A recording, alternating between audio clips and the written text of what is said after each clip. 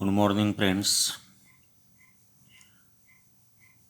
Unit 3, Chemical Reaction and Equation.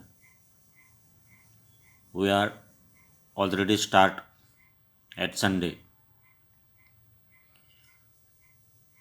First, we see that what is the meaning by molecules of elements and compounds. We see that the difference between molecules of elements and compounds. For example, water is compound. It is also molecule, but some molecules are diatomic, triatomic, heteronuclear. Then second question in the recall, we see that what is meant by valency of elements. The number of valence electrons are share to each other is called as valency. It is described in mathematically in figure. What is the importance of molecular formula to compound return? Then we start chemical reaction. Number of routine example in our daily life shows that some phenomena is physical change and some example shows that chemical change. We complete the table. I hope you complete the table in your books, page number 30. Some common phenomena reaction 3.2 to heat limestone powder. Limestone म्हणजे चुनखडी चुन्याची powder. ती reaction practical लॅबला पाहावं लागेल आपल्याला किंवा वर्गात. त्याच्यावरून chemical equation ला सुरुवात केली. Now start the new topic writing a chemical equation. Chemical म्हणजे रासायनिक, इक्वेशन म्हणजे समीकरण म्हणजे मॅथमॅटिकल. एखादी रिॲक्शन, मोठी रिॲक्शन, ती फॉर्म्युल्यांचा वापर करून सोप्या पद्धतीने गणितीय पद्धतीने मांडणी करणे म्हणजे केमिकल इक्वेशन.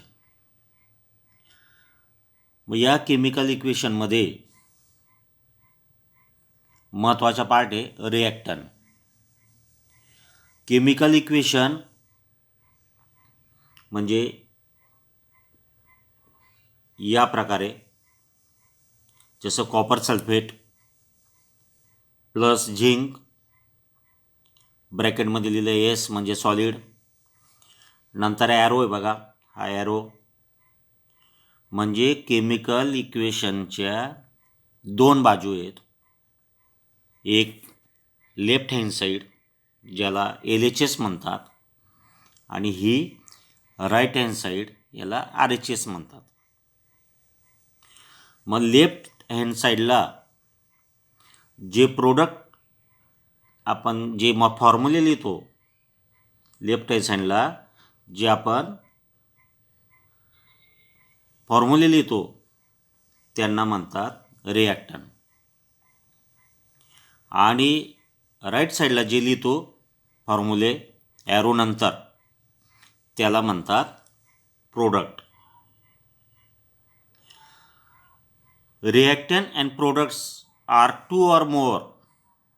जर एका रिॲक्शनमध्ये रिॲक्टंट 2 किंवा 2पेक्षा जास्त असतील किंवा प्रोडक्ट 2 आणि 2पेक्षा जास्त असतील तर ॲड करत जायचे आणि प्लसची साईन लिहायची.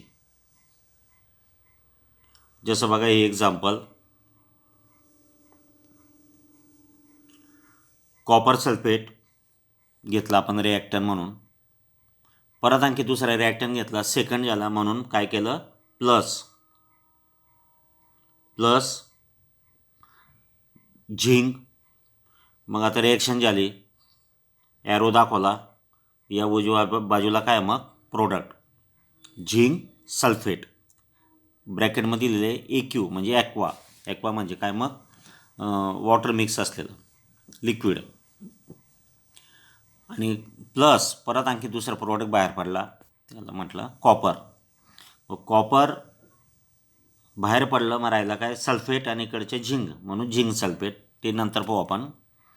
नंतर when heat is to be given from outside to bring about reaction, it is indicated by the sign delta किंवा ट्रायंगल.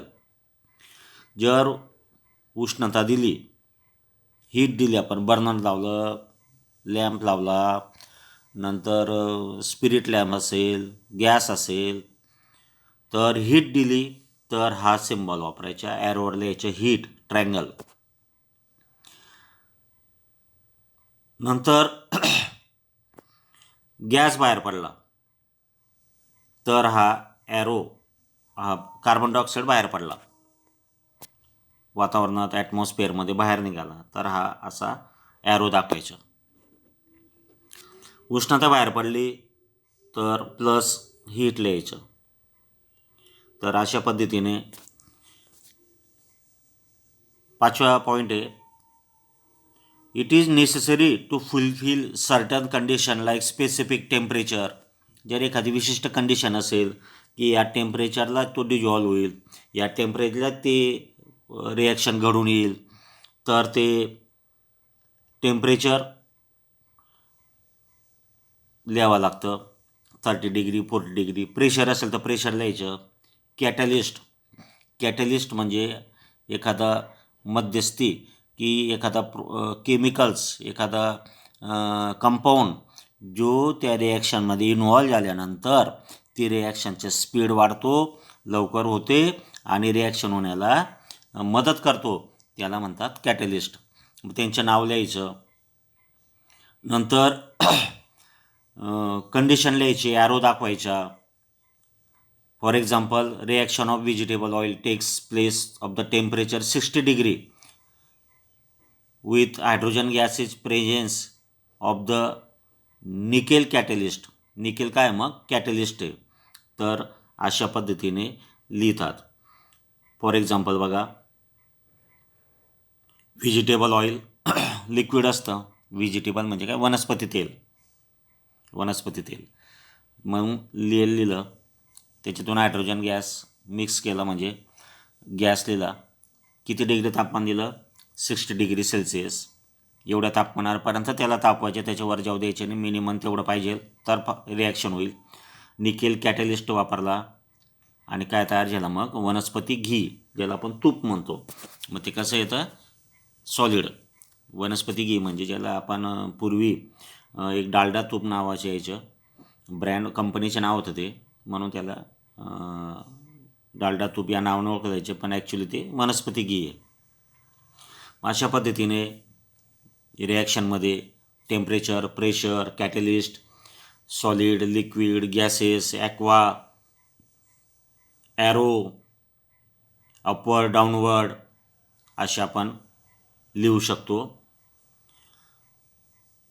काही स्पेसिफिक इन्फॉर्मेशन आपण लिहू शकतो अजून. बघा, उदाहरणार्थ copper sulphate plus nitric acid, कोणतं घेतलं मग नायट्रिक ॲसिड, डायल्यूट का कॉन्सन्ट्रेट. डायल्यूट म्हणजे थोडंसं सौम्य आणि कॉन्सन्ट्रेट म्हणजे थोडं कडक, पॉवरफुल. ते घेतलं म्हणून त्याच्या खाली लिहिलं कॉन्सन्ट्रेट. आणि मग काय काय बाहेर पडलं या बाजूला, मग ते प्रोडक्टमध्ये लिहिलं copper nitrate, aqua, nitrogen gas, liquid शिल्लक राहिलं ते या ठिकाणी आपण लिहिलं. मग अशा पद्धतीने या रिॲक्शन आहेत, याची आपल्याला मांडणी करताना, प्रेझेंटेशन करताना उपयोग होणार आहेत. नंतर एक परत प्रोसिजर दिलेली आहे, प्रॅक्टिकल आहे, की reaction of sodium chloride with silver nitrate. या ठिकाणी वेव बॅलन्स, इलेक्ट्रॉनिक बॅलन्स वजन काटा आहे, जो आपण भरपूर ठिकाणी व्यवहारामध्ये पाहत असतो. आता वस्तू मोजताना असा इलेक्ट्रॉनिक काटा वापर केला जातो. हे कोनिकल फ्लास्क आहे, त्याच्यात टेस्ट ट्यूब ठेवलेली आहे, त्याच्यामध्ये सोडियम क्लोराईड सोल्युशन आहे आणि वरती सिल्वर नायट्रेट सोल्युशन त्यामध्ये टेस्ट ट्यूबमध्ये टाकलेलं आहे. सर्व वेट जर कॅल्क्युलेशन केलं तर 300.23 ग्रॅम आहे. नंतर मग तुम्ही शेकिंग केलं, मिक्स करून टाकलं टेस्ट ट्यूबमधलं केमिकल आणि फ्लास्कमधलं केमिकल. मग टेस्ट ट्यूबमध्ये काय होतं, सिल्वर नायट्रेट आणि फ्लास्कमध्ये काय होतं, सोडियम क्लोराईड. दोन्ही मिक्स केलं, शेक केलं, हलवलं तुम्ही अंदाजे 2-4 मिनटं, 1-2 मिनटं शेक केलं, मिक्स केलं. मग काय झाली, रिॲक्शन होऊन गेली, हीट न देता रिॲक्शन झाली. आणि मग वेट पाहिलं तर ते सुद्धा तेवढं झालं, जे रिॲक्टंट घेतले होते तेवढेच प्रोडक्ट आलं 300.23 ग्रॅम. मग रिॲक्शन काय झाली, AgNO3 म्हणजे सिल्वर नायट्रेट, AgNO3 म्हणजे सिल्वर नायट्रेट प्लस NaCl. मग रिॲक्शन काय झाली, Ag आणि क्लोरीन मिक्स झालं म्हणजे AgCl, सिल्वर क्लोराईड तयार झालं. खाली डाऊनवर्ड आहे म्हणजे तो आपल्याला प्रोडक्ट मिळाला. प्लस NaNO3 सोडियम नायट्रेट हे बाहेर पडलं, त्याचं सोल्युशन तयार झालं, ते आपण या ठिकाणी दाखवलं. सांगायचा अर्थ, reaction of sodium chloride with silver nitrate, ही रिॲक्शनमध्ये जेवढं रिॲक्टंट घेतलं होतं तेवढंच क्वांटिटीमध्ये आपल्याला प्रोडक्ट मिळालं. हे सुद्धा आपल्याला या रिॲक्शनने सॉल्व करता येतं. मग सिल्वर नायट्रेट ज्याला आपल्या यूज डेली लाईफमध्ये काही यूज होतात ते आपण पाहू शकतो. आता महत्त्वाचं आहे बॅलन्सिंग केमिकल इक्वेशन. बॅलन्स, जसं मोटरसायकल चालवतो आपण बॅलन्स करतो, सायकल चालवतो तुम्ही बॅलन्स करतात, इकडे पण पडत नाही तिकडे पण पडत नाही, थोडे बॅलन्स चुकलं तर आपण पडतो. हे सहज साधं एक्झाम्पल आहे. पण केमिकल इक्वेशन बॅलन्स म्हणजे नेमकं काय, तर आपण पाहिलं आत्ताच की केमिकल इक्वेशनला 2 बाजू असतात. लेफ्ट साईडला असतात रिॲक्टंट, मग ते 1 राहू शकतात, 2 राहू शकतात, 4 राहू शकतात, इट इज अ रिॲक्टंट. आणि ॲरो नंतर राईट साईडला राहतात प्रोडक्ट, ते पण 2 राहू शकतात, 3 राहू शकतात, 1 राहू शकतात, नंबर ऑफ. असं नाही की रिॲक्टंट या बाजूला 3 आहेत तर प्रोडक्टसुद्धा या बाजूला 3 असले पाहिजे, असं नाही. जसं प्रोडक्ट तयार होईल त्या पद्धतीने येईल.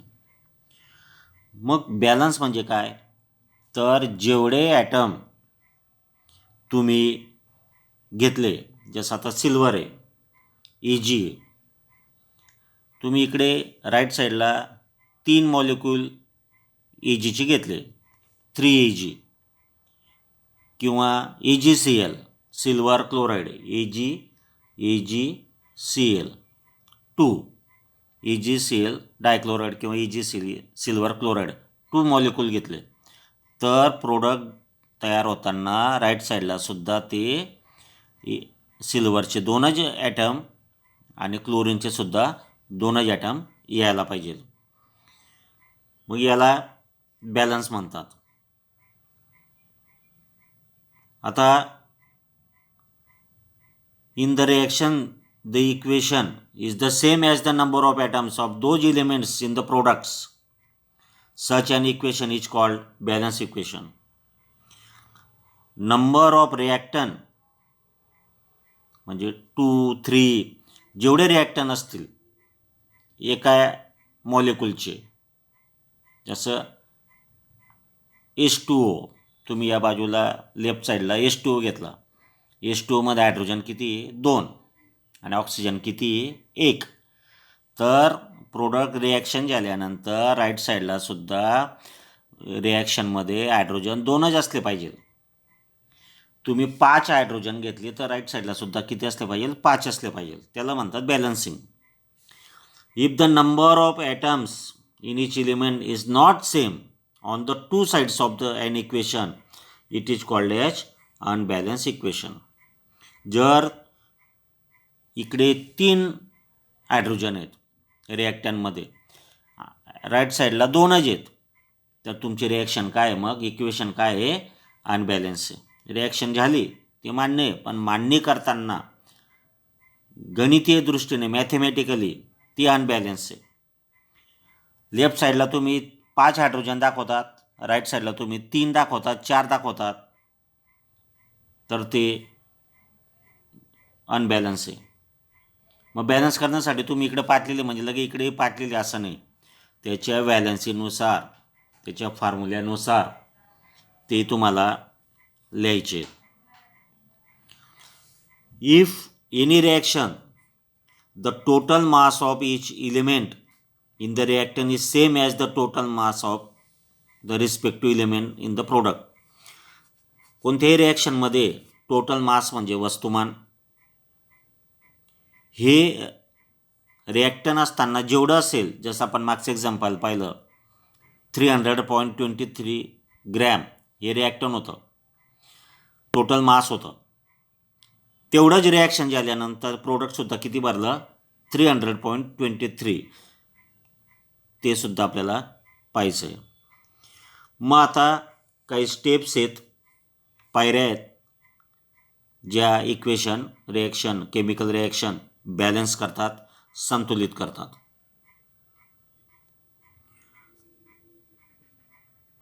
Steps in balancing a chemical reaction.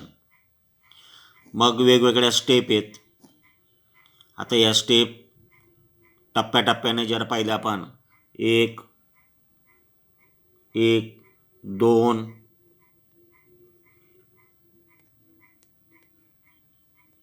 3 4 step दिलेले आहेत. आता या स्टेप आपल्याला एक्सप्लेन केलेले आहेत, पण आपल्यासाठी एकदम सोपी पद्धत, ते तुमच्या लगेच लक्षात येईल. फॉर एक्झाम्पल स्टेप 1, किंवा आपण स्टेपनं लक्ष ठेवता डायरेक्ट एकाच एक्झाम्पलमध्ये 4 स्टेप कवर करू. For example